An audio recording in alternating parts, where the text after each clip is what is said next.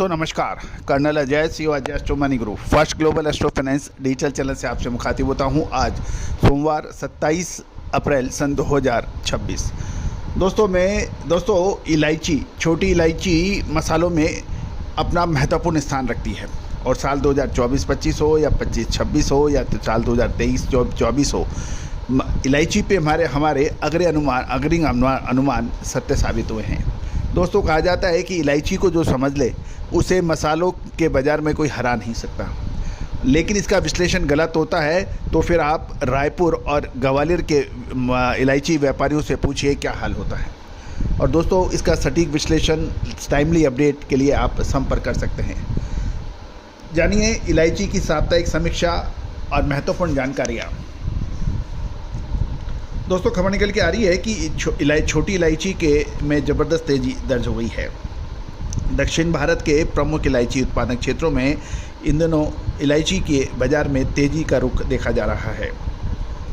नीलामी केंद्रों पर लगातार 1 लाख से अधिक माल की आवक हो रही है और पिछले सप्ताह 5 दिनों तक चली नीलामी के दौरान 7,42,000 kg की इलायची नीलामी केंद्रों पर आई, जिसमें स्टॉकिस्ट द्वारा आक्रामक खरीदारी की गई और लगभग पूरा माल बिका। कीमतों की बात करें तो कुछ सप्ताह पहले जो इलायची 2100 रुपये प्रति किलो के स्तर पे थी, वो 20 अप्रैल तक छलांग लगाकर 2808 रुपये प्रति किलो पहुंची।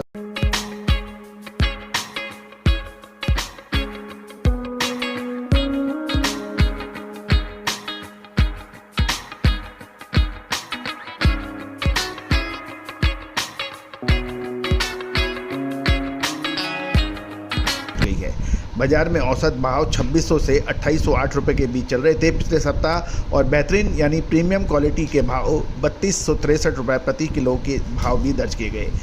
वर्तमान में पिछला सीजन पूरी तरह से समाप्ति की ओर है और बाजार में मिल रहे ऊंचे भावों के कारण किसानों ने अपना अधिकांश माल बेच दिया है। अब स्थिति यह है कि कुल उत्पादन का लगभग 30% से अधिक हिस्सा दूसरे बड़े मतलब केरल के अतिरिक्त दूसरे बड़े व्यापारी और स्टॉकिस्टों के कब्जे में है। इलायची की कीमतों में इस बार ऐतिहासिक तेज़ी का सबसे बड़ा कारण मौसम रहा। साथ साथ इलायची का जो सबसे बड़ा उत्पादक देश ग्वाटेमाला में भी इलायची के उत्पादन में प्रभाव का हमने अपडेट पूरा डिटेल आपको पहले भी दिया था, उसका असर देखा गया। और दूसरी ये भी बात की जा रही है कि केरल के इडुक्की और ऊंचाई वाले अन्य उत्पादक इलायची वाले ज़िले हैं, वहाँ भीषण गर्मी पड़ रही है और कुछ बागानों के क्षेत्रों की बात करें तो वहाँ पर 32.2 डिग्री सेल्सियस तक पहुँच गया है। ये भी ध्यान देने वाली बात यह है कि इलायची की फसल एक बहुत ही कोमल और नाजुक फसल मानी जाती है, जो गर्मियों की बारिश के बिना 35 डिग्री का उच्च तापमान सहन करना मुश्किल हो सकता है।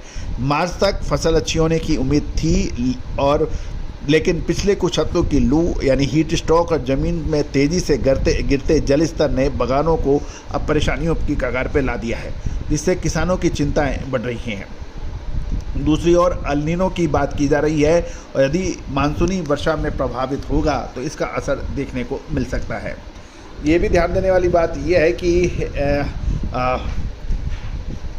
कमोडिटी बाज़ार की जो ताज़ा रिपोर्ट हैं उनके मुताबिक पश्चिम एशिया में चल रहे जियोपॉलिटिकल टेंशन के कारण भारतीय इलायची के निर्यात में थोड़ी अनिश्चितता जरूर है, लेकिन भारतीय घरेलू बाज़ार में और रिटेल और ब्लेंड्स की इतनी ज़बरदस्त मांग है कि नीलामी में आ रहा माल हाथों हाथ बिक रहा है, जिससे अंतर्राष्ट्रीय अनिश्चितताओं के बावजूद भाव नीचे नहीं गिर रहे हैं। दोस्तों अभी तक जो तेज़ी देखी गई थी वो रमज़ान की बात की जा रही थी।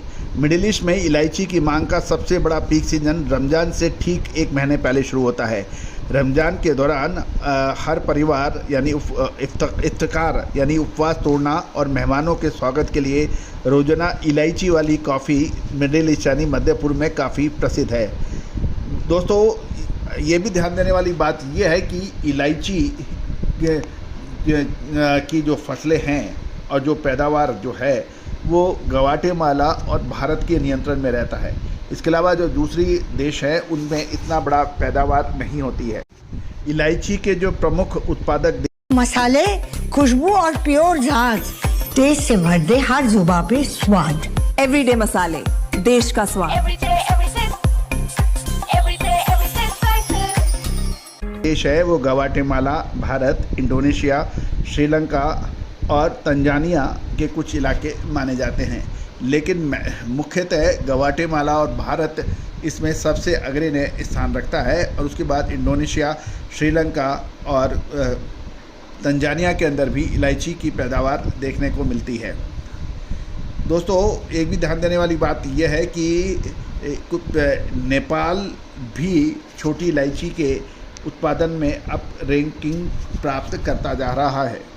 अब छोटी इलायची के लिए महत्वपूर्ण बिंदु ये है, क्या हमें मुनाफा वसूल कर लेना चाहिए या फिर रुकना चाहिए। दोस्तों, कहा जाता है कि समय पे माल खरीदना और समय पे माल बेचना, ये दोनों बहुत महत्वपूर्ण माने जाते हैं व्यापार में, विशेषकर मसालों की दुनिया में, क्योंकि यह फसलें छोटी होती हैं और महंगी फसलें होती हैं और इसके अंदर यदि सटीक सही समय पे सही निर्णय नहीं लिया जाए तो फिर वो बड़ी परेशानी का सबब बनता है। तो दोस्तों, क्या अब रुकना चाहिए और ज़बरदस्त तेज़ी की उम्मीद है या फिर मुनाफा वसूल करना चाहिए, ये यश प्रश्न है। दोस्तों, विशेष अग्रिम रिसर्च रिपोर्ट के लिए आप संपर्क कर सकते हैं। All the very best. शुद्धता ऐसी जो हर घर की पसंद बने। सुधा महेश ठक्कर, हल्दी के विश्वसनीय निर्यातक। आज ही संपर्क करें।